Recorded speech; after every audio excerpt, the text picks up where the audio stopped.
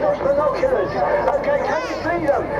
Any moment now they'll be leaving the aircraft. It's running upwind now, and Jerry will call go to the transmitters radio. And they're out of the aircraft. They're looking at pulling their parachutes now. And they're checking their parachutes to make sure that they can see those parachutes to the ground. They'll be looking for their slots. They'll be looking for the in coaches on the bottom of the stack, and he's flying the white smoke. And they'll all now be getting into their slots above the team coach. Now, for those of the team coach, you'll be able to listen to them live.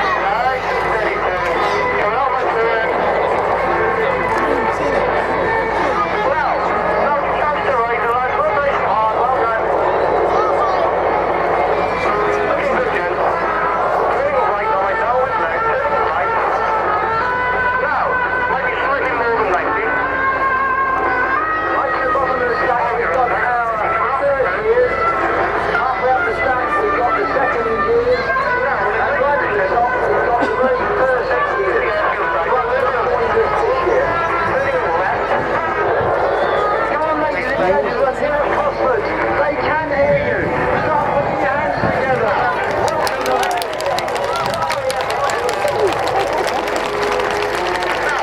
Look at that track. Isn't that absolutely marvelous? This is a demonstration of the excellence and professionalism of the Royal Air Force, its personnel and equipment as they split off to come in and land on those two crosses. Ladies and gentlemen, come on, put your hands together. Let's give them a round.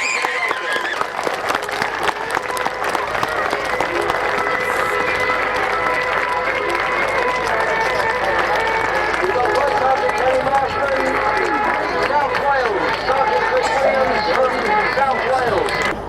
Why did you find Just going to interrupt a moment because here come the Battle of Britain. Have I got stuff? Their performance later on. Two Hurricanes, two Spitfires.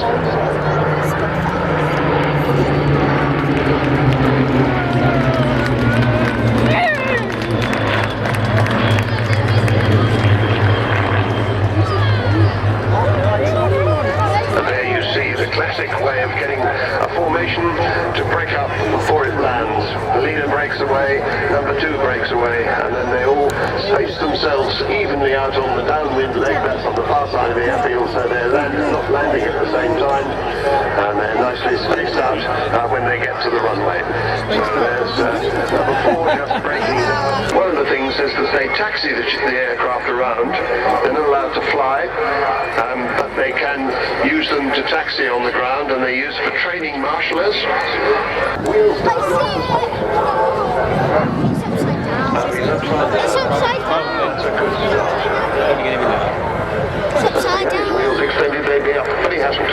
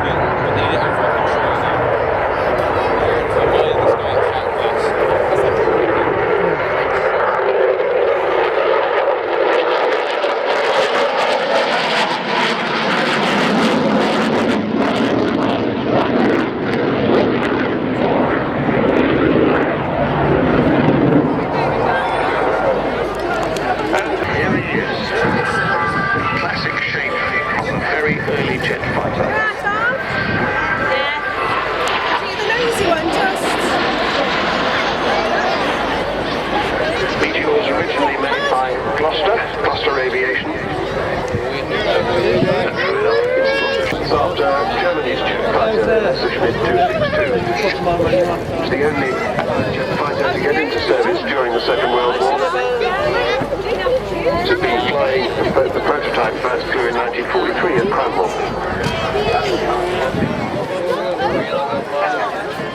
And as you can see, a twin-engine aeroplane, two Rolls-Royce Tailwind engines, looking quite bulbous, centrifugal turbojets they were called.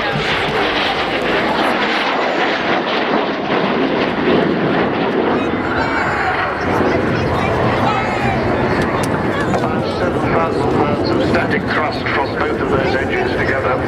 Compare that with the 27,000 pounds from the F-16's engine we were seeing just now, all from a single engine. So Meteor designed by George Carter. He previously worked on the Gloucester Gladiator, an old biplane. And he'd also designed the first British jet aircraft of all, the E-2839, that allowed Frank Whittle's Powerjet's W1 engine to get airborne in 1941. So Meteors were used successfully against the B-1 Doodlebug flying bombs in defence of London. They were fast enough to catch up with them.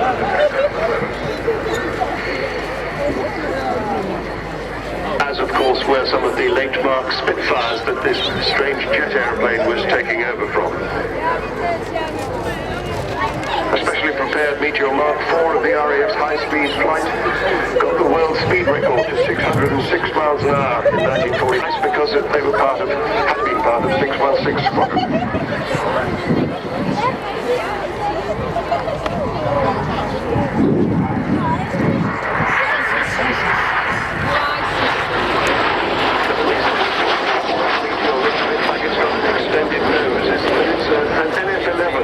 Fighter 11, which actually included some early radar wartime service. It first flew in 1952.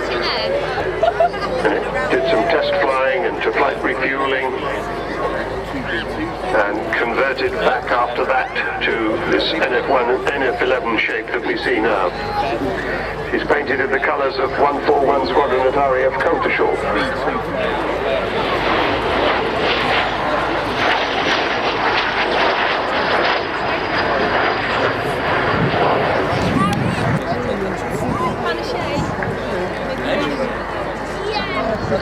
I can remember flying in the back of one of these when I was training to be a navigator.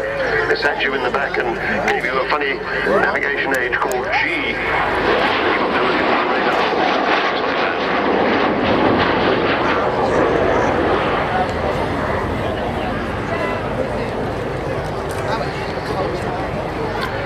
In its role as a night fighter, it was, for the time, reasonably heavily armed. 4 Hispano cannon in the outer wings, 20mm cannon. Could almost get to 500 miles an hour. So faster than the contemporary Spitfires, but not by a huge amount. So John Corley giving us a lovely, gentle display from this graceful old lady. Actually, I've just realised she's the same age as the Vulcan, this aeroplane. We'll see the Vulcan later.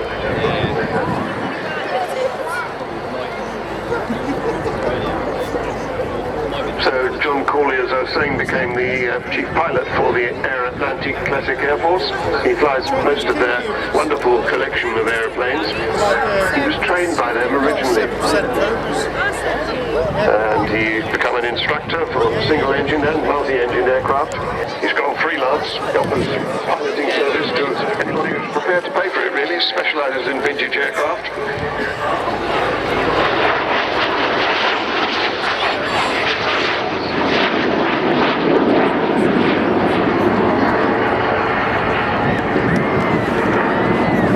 He says he's happily married, living in Leicestershire, and bringing up a future young pilot. I think age 5 at the moment.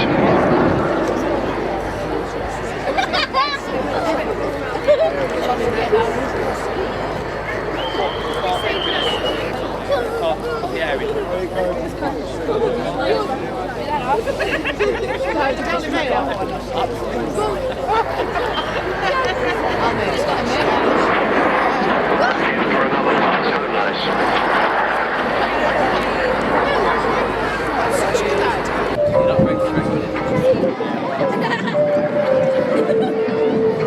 for the last 10 years, the flying display director here has been Bill Hartree. Now this is a jet provost which was closely associated with Bill.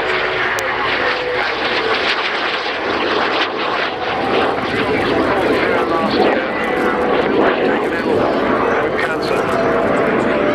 And today, at short notice, he'd been Bill's deputy. Bill couldn't be here for the show last year, and he died in December. Much missed. An excellent flying display director, a great family man. Anyway, he'd done a lot of instructing on the jet provost. So this display is in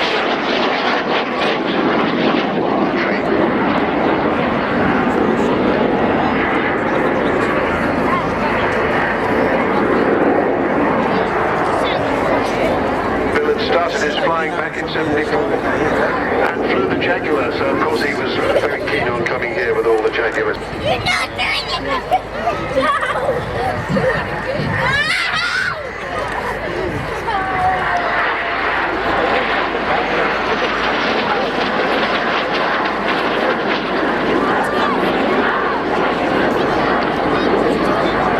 Bill Hartree remained involved in display flying the tutor, until the year before his tour, Robin Hood Airport, Doncaster, Sheffield.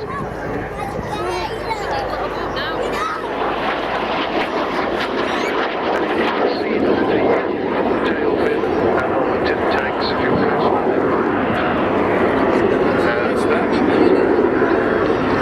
says that it was at number 6 Flying Training School at Finningley, used for navigator training, low-level and air defence on the low-level and air defence unit, LLAD.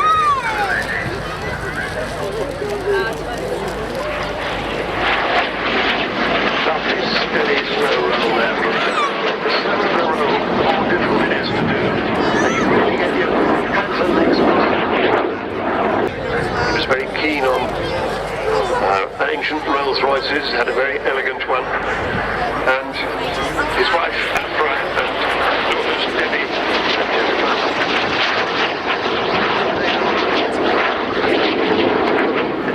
A good time was had by all, albeit tinged with a few tears.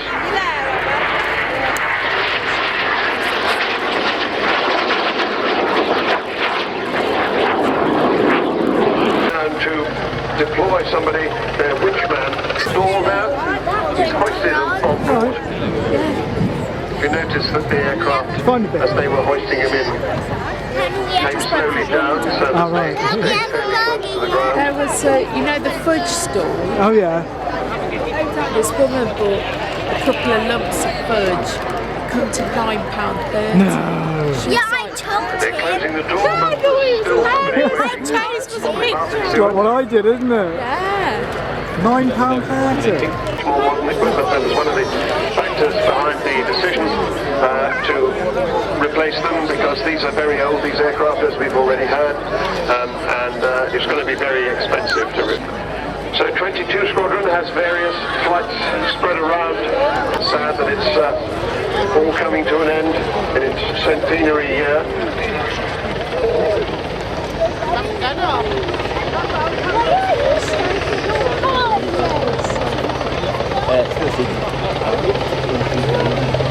The squadron served with distinction in both World Wars.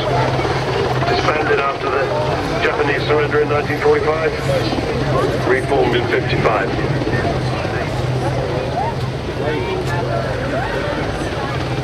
Interesting squadron crest for 22 Squadron. The mathematical high superimposed on the Maltese cross during one period in one of the 22 Squadron pilots told me that it's really sad that they're leaving this area. They get to know their patch very well indeed. They get to know all the little angles, and they get to know the people, the emergency services, and the people they pick up. Yeah. So they're feeling as if it really is the end of an era. Yeah.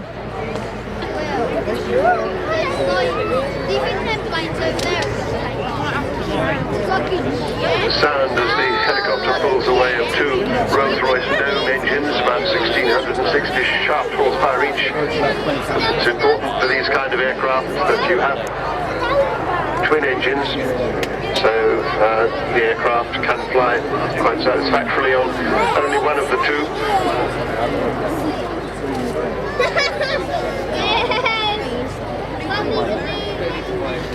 On your knee. Right up to the end of the month there'll be a crew on standby 24 hours a day, every day of the year. Actually, this is the second standby aircraft. They can be airborne within 15 minutes of receiving a scramble call, between 8 in the morning and 10 at night. Outside those times it's a maximum of 45 minutes. So this being the standby,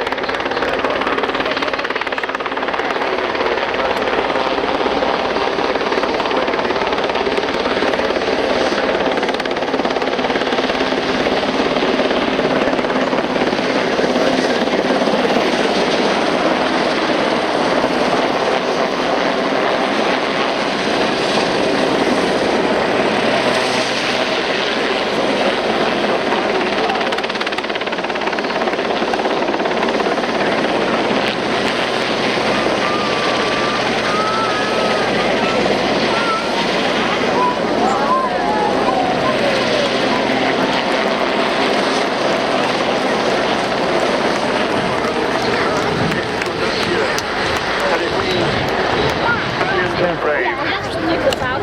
And I certainly couldn't disagree with that. The thing about that is you have these engines well above the pilot, so the throttles, the engine controls, are in the roof of the cockpit rather than the usual place on a little console between the pilots.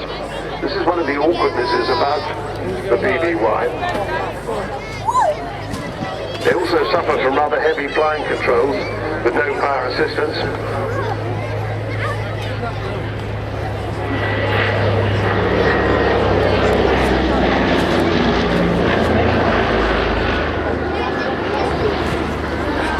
So you can recognise them. Oh, there are the floats coming down. Those floats. It's a lovely sight to see these aeroplanes on the water, beside either land or water. They're quite difficult with this aircraft. It doesn't have any flaps. They're sort of slow speed handling things that almost all other aircraft do have. However, there were some comfortable things about it. For their long 14-hour flights, the crews had bunks and a galley in there.